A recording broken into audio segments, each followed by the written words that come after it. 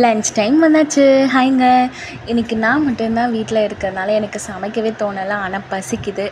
சரி டக்குன்னு சமைச்சு சாப்பிடக்கூடிய என்ன இருக்குதுன்னு பார்த்தாக்கா பனானா இருந்துச்சு. சரி பனானாவை வச்சு பேன் கேக் செஞ்சிடலான்ட்டு செஞ்சேன்.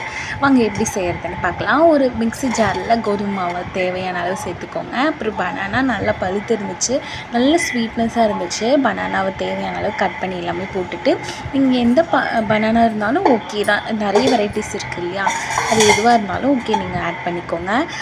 ஆட் பண்ணிவிட்டு நான் ஸ்வீட்னஸ்க்கு சுகரெல்லாம் ஆட் பண்ணல, கர்டு ஆட் பண்ணுறேன். மில்க் வேணால் நீங்கள் மில்க் இருந்தால் மில்க் யூஸ் பண்ணிக்கலாம், கர்டும் போட்டுக்கலாம். நான் க்ரீமி கர்டு யூஸ் பண்ணிக்கிறேன். அப்புறம் ஸ்வீட்னஸ்க்கு பார்த்திங்கன்னா நீங்கள் ஹனி யூஸ் பண்ணிக்கலாம் லாஸ்ட்டாக செஞ்சு முடித்ததுக்கப்புறம். சுகர் அது உங்களுடைய விருப்பம் ஆட் பண்ணுறது.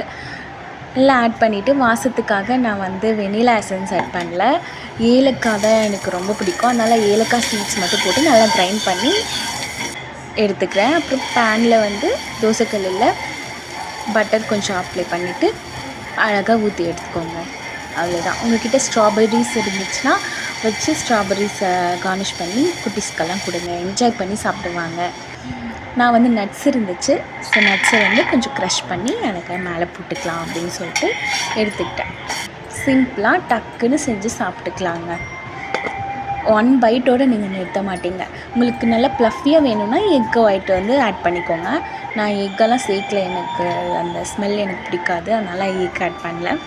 அவ்வளோதான், சிம்பிள். நீங்களும் ரசித்து சமைச்சு ருசித்து சாப்பிடுங்க. Happy healthy eating. தேங்க்யூ, பாய்.